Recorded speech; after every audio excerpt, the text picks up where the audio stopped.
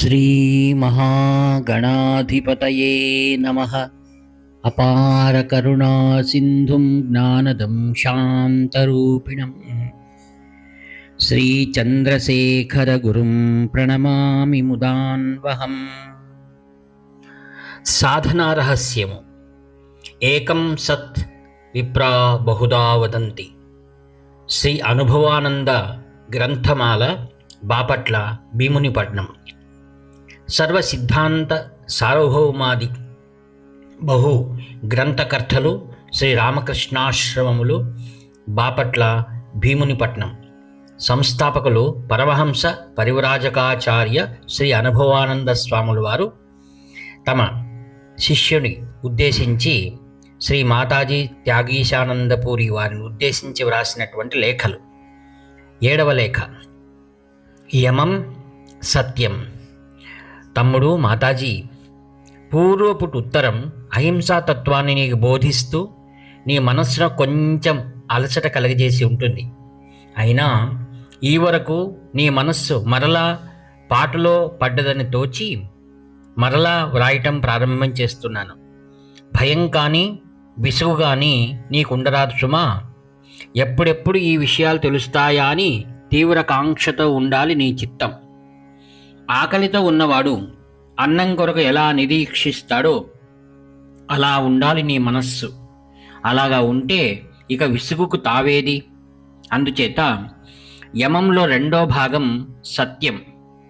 ఈ విషయం ఆలోచిద్దాం. ఈ సత్యానికి కూడా అహింసలో వలె మనోవాక్కాయ కర్మేణ అనే సూత్రం ప్రధానం అన్నమాట. దీనికే కాదు, తర్వాత వచ్చి అన్ని అంతర్భాగాలకు ఇది తప్పని సామాన్య సూత్రం.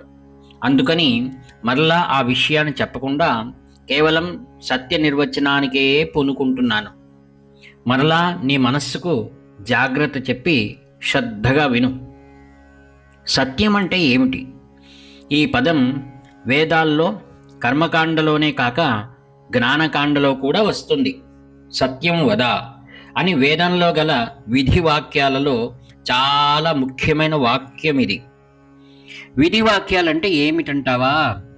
వేదం ముఖ్యంగా కర్మకాండలు 2 రకాల వాక్యాలను సామాన్య మానవునికి, అంటే ఆధ్యాత్మికంగా అభివృద్ధి చెందాలని కాంక్షతో ఉండి ఇంకా ప్రాథమిక స్థితులలో ఉండేవానికై చెప్పింది. అవే విధి వాక్యాలు, నిషిద్ధ వాక్యాలు. విధి వాక్యాలంటే ఆ ముముక్షువు, మోక్షం కోరేవాడు తప్పకుండా చేయవలసిన లేక పాటించవలసిన వాక్యాలు అని అర్థం. ఈ వాక్యాలను అనుసరిస్తే గాని ఆధ్యాత్మిక పరిణామ చక్రంలో వీటికి చోటు లేదు.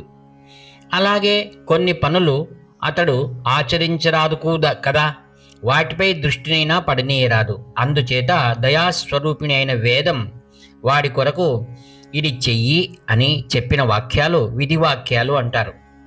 అలాగే చేయవద్దు అని చెప్పే వాక్యాలు నిషిద్ధ వాక్యాలు అయ్యాయి. ఈ సూత్రం ప్రకారం సత్యం వద అనేది విధి వాక్యం, నానృతం వదేత్ అనేది నిషిద్ధ వాక్యం, ధర్మం చర అనేది విధి వాక్యం, నసురాం పిబేత్ అనేది నిషిద్ధ వాక్యం. అంటే సారాయి త్రాగవద్దు అని అర్థం. పై విధి వాక్యాలన్నమే వాటిలో ప్రధానమయ్యింది సత్యం వద అనే వాక్యం. జ్ఞానకాండలో కూడా ఈ సత్యం పదమే సత్యం, జ్ఞానం, అనంతం, బ్రహ్మ అంటూ వస్తుంది. సత్యం వదలోని సత్యానికి, సత్యం జ్ఞానంలోని సత్యానికి అర్థంలో చాలా తారతమ్యం ఉంది. జ్ఞానకాండలోని సత్యపదానికి సత్ త్రికాలాబాధ్యమైన అని అర్థం వస్తుంది. అంటే ఒక కాలంలో ఉండి మరొక కాలంలో లేకపోవటం, కాకుండటం అనే అర్థాన్ని సూచిస్తుంది. దీనికి అర్థం ఏమిటంటే, మొదట్లోనే చెప్పినట్లు ఈ లోకంలో అన్నీ మొదట్లో లేక అంటే పుట్టక ముందు, లేక తరువాత లేక అంటే మరణించిన తరువాత కూడా లేకుండా ఉండేవి. ఈ 2 విధాల లేకుండటాన్ని అంటే లేమిని శాస్త్రభాగంలో ప్రాగభావం అని, ప్రధ్వంసాభావం అని అంటారు. ప్రాక్ ప్లస్ అభావం అంటే పుట్టకముందే లేకపోవడం. ప్రధ్వంస ప్లస్ అభావం అంటే నశించిన పిమ్మట లేకుండుట అని ఈ 2 పదాలకు అర్థం. ముందు లేక, వెనక లేక, మధ్యలో ఉండటం ఈ లోకం తీరు అన్నమాట. ప్రస్తుతం మనం విషయం చూచుకో. మనం పుట్టక ముందున్నామా? ప్రశ్న. ఉంటే మీ అమ్మ పెళ్ళికి నీవెన్నేళ్ల దానవు? ప్రశ్న. నవ్వుతున్నావే? ప్రశ్న. ఎలా ఉంటానంటావా? అయితే లేవన్నమాట. అలాగే మనం చనిపోయిన తర్వాత మన వాళ్ళు మరణించిన వారు ఉన్నారా? లేరు. అలాగే మనం కూడా ఉండటానికి వీలు లేదు. కానీ ఈ మధ్యలో అనగా పుట్టిన తర్వాత చనిపోక ముందు మాత్రం ఉంటాం. నిజానికి మధ్య కూడా లేమేమో అంటారు జ్ఞానులు. ఆ పాము లేనట్లు మనం కూడా లేమంటారు పెద్దలు. ఇలాగా ఆ బ్రహ్మం మొదలుకొని చీమ వరకు లోకమంతా ఇంతే అనుకో. కానీ బ్రహ్మం మాత్రం ఇలాగా మొదట్లో లేక, చివర లేక, మధ్యలో మాత్రం ఉండేది కాదు. అది పుట్టకముందు ఉంది, నశించిన తరువాత ఉంది. పుట్టకముందు బ్రహ్మం ఎలా ఉంటుందంటావా? ప్రశ్న. నశించిన తర్వాత ఎలా ఉంటుందనా నీ సందేహం? ప్రశ్న. అదే రహస్యం. ఆ బ్రహ్మం అలా ఉంటుంది. అయితే పుట్టకముందు బ్రహ్మం ఉంటే పుట్టుక ఎలాగ ఉంటుంది అంటున్నావా? ప్రశ్న. అవును. నీ తెలివితేటలకు నాకు చాలా సంతోషం. ఆ విషయం నీకు నేను చెప్పాలనే అనుకున్నాను. నీవే గ్రహించావు. తాను పుట్టకముందే ఉన్నదానికి పుట్టుక లేదు. అలాగే నశించిన తర్వాత కూడా ఉండేదానికి చావు లేదని అన్వయం. ఇలాగే ఆ బ్రహ్మ పదార్థం చావు పుట్టుకలు లేని అని శాస్త్రం అంటుంది. అందుకనే బ్రహ్మం అది ఆది మధ్యాంత రహితం అన్నాయి శాస్త్రాలు. ఈ విషయాన్ని ఇంకా ముందు గ్రహిస్తావు. ఈ అంతరార్థాన్ని ఒక్క మాటలో సత్యం అని శాస్త్రాలు ఆ బ్రహ్మ లక్షణాన్ని చెప్పేశాయి. ప్రస్తుతం మనకు కావలసిన సత్యం అనే పదానికి ఇది అర్థం కాదు. ఈ సందర్భంలో బ్రహ్మ విషయమే లేదు. అయితే ఈ సత్యానికి అర్థం అబద్ధం చెప్పకుండటం అనుకోవచ్చు. సత్యం అంటే ఉన్నదున్నట్లు చెప్పటం అని కూడా అనవచ్చు. ఏమాత్రం కల్పన లేకుండా చెప్పటం అని కూడా దీన్ని వివరించవచ్చు. మరొక అర్థం ఉంది సత్యానికి, ఆడిన మాట తప్పకుండటం అని. ఈ 2 అర్థాలే మన ప్రస్తుత విషయానికి కావలసిన అర్థాలు.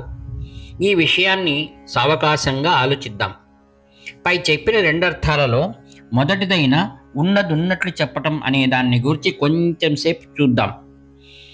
అలంకార శాస్త్రంలో అతిశయోక్తి అనే అలంకారం ఉంది.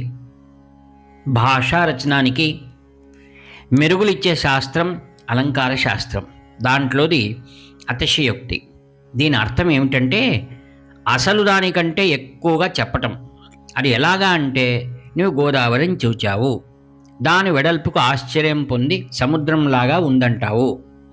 సముద్రానికి గోదావరికి ఏమైనా సంబంధం నిజానికి ఉందా? ప్రశ్న. సముద్రంలో గోదావరి ఏ మూల? ప్రశ్న. అయినా సముద్రంలాగా ఉందంటావు. ఇది అతిశయోక్తి. అంటే అలాగే మన పురాణాలలో ఇట్టి అతిశయోక్తులు నిండి ఉన్నాయి. భీముని విషయం చూడు, నీకు ఇతరం చెప్పనక్కర్లేదు. అతగాడట పుట్టి బియ్యం అన్నం చప్పరించేస్తాడట. తాటి చెట్టును పీకి కర్రలాగా ఉపయోగించి పోట్లాడేవాడట. అది సాధ్యమా? ప్రశ్న. మానవుడు ఎప్పుడూ అలా చేయలేడు. ఈ వ్రాతంతా అతిశయోక్తి అన్నమాట. ఇలాంటివి మన పురాణ పురుషులైన రాముడు, కృష్ణుడు మొదలైన వారు అందరిలోనూ మిక్కుటంగా గోచరిస్తాయి. అయితే పురాణ అతిశయోక్తి ఎవరికి హాని? ఆ రాముని మీద, కృష్ణుని మీద మన గొప్ప భక్తి విశ్వాసాలు చెందుతాయి. అందుకనే ఈ పురాణాలను వ్రాసిన శ్రీ వ్యాస భగవానుడు తన కవితా ధోరణిలో అసలు జరిగిన దాన్ని పెంచి మనకందరికీ ఆ పురాణాల మీద భక్తి కలిగేటట్లు వ్రాశాడు. అది తప్పు క్రింద రాదు, కానీ సత్యాన్ని కొంచెం దూరం అయినాడని అనాలి. మనం కూడా ఇలాగే ప్రవర్తిస్తూ ఉంటాం. ఎలాగంటే మనకు నచ్చిన వారిని ఇంద్రుడు, చంద్రుడు అంటాం. వాడిలో మంచి లక్షణాలు మందులో కైగినా లేకపోయినా ఇది సత్యమే. అలాగే మంచివాడైనా మనకు నచ్చకపోతే శుద్ధ చెవట, పెద్దమ్మగా వర్ణిస్తుంటాం. ఇది తప్పు. నీకు వాడి మీద అభిమానం కలిగినప్పుడు వాడు గొప్పవాడైనాడా? అతని మీదనే నీ కోపం, ద్వేషం, అసూయ కలిగినప్పుడు దుర్మార్గుడయ్యాడా? ఈ 2 లక్షణాలు కానివాడు అవుతాడు అతడు. అంటే సరి అయిన సత్యవ్రతాన్ని పాలించాలంటే, ఉన్నది ఉన్నట్లు తెలుసుకోవాలంటే ఈ రాగద్వేషాలు లేని కళ్ళతో చూడాలి. ఒకరిని అర్థం చేసుకునేటప్పుడు నీ దృష్టితో, నీ కల్మష దృష్టితో పైన చెప్పిన రీతిగా చూస్తే మంచైనా కల్మషం కాదు మరి. అందుకని నీ కల్మష దృష్టితో కాక నీ చేత చేయబడేవాడి దృష్టితో చూడాలి. అప్పుడు యథార్థం బోధపడుతుంది. అదే సత్యం.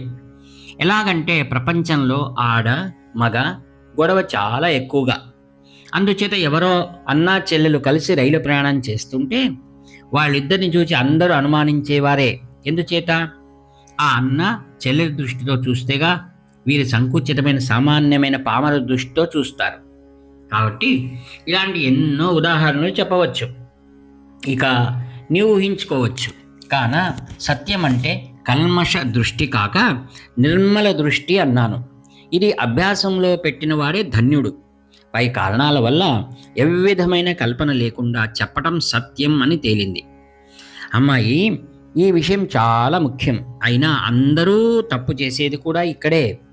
కాబట్టి దీన్ని సరిగ్గా గ్రహించి నీవు ఆచరించాలి. సత్యానికి మరొక అర్థం చెప్పాను. ఆడిన మాట తప్పకుండటం. దీనికి ఉదాహరణలు చాలా ఉన్నాయి మనకు. ఈ విషయంలో ప్రథముడై అగ్రతాంబూలం అందుకున్నవాడెవడు? ప్రశ్న. హరిశ్చంద్ర మహారాజు. సత్యం కొరకు కదో ఈ చక్రవర్తి పెండ్లాం బిడ్డలను, సామ్రాజ్యాన్ని పోగొట్టుకుని బికారైపోయాడు. విశ్వామిత్రునికి తాను ఇస్తానన్న పైకం ఇస్తాననలేదు అని అన్నట్లయితే రాజ్యాలు, పెళ్ళాం అంతా ఇస్తానన్నాడు కదా ఆ మహాముని. కానీ ఒప్పుకున్నాడా? అతనికి సత్యవాక్ పరిపాలనలో ఫస్ట్ ప్రైజ్ అన్నమాట. అలాగే దశరథుడు మాత్రం మొదట్లో విశ్వామిత్రుని వెంట రామలక్ష్మణులను పంపటానికి జంకి తర్వాత పంపాడా? ఇంతెందుకు, కైకమ్మకు తాను ఇచ్చిన వరాలు అంటే ఏది అడిగితే అది ఇస్తాను అనే వాగ్దానం వలనే కదూ పాపం అతడు తన ప్రాణానికి ప్రాణమైన ముద్దుల రామచంద్రుని అడవి పాలు చేసుకున్నాడు. ప్రాణాలు కూడా పోగొట్టుకున్నాడు. ఇలాగే మన రామకృష్ణుని సత్యశీలత్వాన్ని గూర్చి విన్నావా? ప్రశ్న. ఒకరోజు ఆయన ఒక భక్తుని ఇంటికి వస్తానన్నాడు, కానీ మర్చిపోయాడు. అనేక మందితో మాట్లాడుతూ ఉండటం చేత అందరూ వెళ్ళిన తర్వాత రాత్రి 10 గంటల జ్ఞాపకం వచ్చింది. వెంటనే ఏం చేశాడు? హృదయరాముని లేపాడు. అబ్బాయి, కలకత్తాకి వెళ్ళాలి అన్నాడు. ఇదేమిటి అని హృదయరాముడు ఆశ్చర్యం పొందాడు. ఆ అర్ధరాత్రిలో 4-5 మైళ్ళ దూరానున్న కలకత్తాకు బండ్లు ఆ టైంకి ఏమీ ఉండవు. కాబట్టి నడిచి మరీ వెళ్ళాడు. ఆ ఇంట్లో అందరూ గాఢ నిద్రలో ఉండటం చేత పలకలేదేమో. తలుపు మీద తన చేవ్రాలు పెట్టి తేదీ, టైం వేసి వచ్చేశాడు. తన మాట అలా కష్టపడైనా చెల్లించాడు. ఇది అన్నమాట తప్పకుండటం అంటే. సామ్రాజ్యాలు పోయే స్థితి వచ్చినా జంకకుండా సత్యాన్ని పాటించాలి. అసలు ఏమి నష్టం కలగకపోయినా సత్యదీక్షను కాపాడుకోవాలి. సత్యదీక్ష సక్రమంగా ఉంటే గాని ఆధ్యాత్మిక మార్గం సున్నితం కాదు. అంతేగాక అర్జునుడు తన సర్వస్వమైన కృష్ణునితో ఎందుకు యుద్ధం చేశాడు? ప్రశ్న. తనను శరణుజొచ్చిన గయుని రక్షిస్తానని మాట ఇచ్చాడు. తర్వాత తెలిసింది కృష్ణునితోనే విరోధమని. కానీ తన ఆప్తుడైన కృష్ణునితోనైనా యుద్ధం చేస్తానన్నాడు గాని గయుని మాత్రం విడవనన్నాడు కదూ. అది సత్యవాక్ పరిపాలన అంటే. అలాగే హనుమంతుడు కూడా ఆడిన మాట తప్పనని తన గురువు దైవమైన శ్రీరామునితోనే పోరాడాడు. అందుచేత మనం పూర్వులు ఈ సత్యాన్ని సాధించటానికి ఎంతైనా త్యాగం చేశారు, సాధించారు. అందుకనే వారి పేర్లను మనమందరం ఇప్పటికీ చెప్పుకుంటున్నాం. ఇప్పుడే కాదు, వాళ్ళ పేర్లు ఎప్పటికీ కూడా ఉంటాయి. అలాగా చిరకీర్తి సంపాదించాలంటే వాళ్ళ వల్ల నీవు కూడా ఈ సత్యదీక్షకై ఎంత త్యాగానికైనా పూనుకోవాలి తల్లి. అతడే మన దిక్కు, అతడే మన గమ్యం. అనుభవం 13/1/1946. హర హర శంకర జై జై శంకర, హర హర శంకర జై జై శంకర, హర హర శంకర జై జై శంకర. 7483229249. మీ వ్యాఖ్యాత ప్రేమైన మిత్రుడు నివర్త నాగభూషణ్ శర్మ.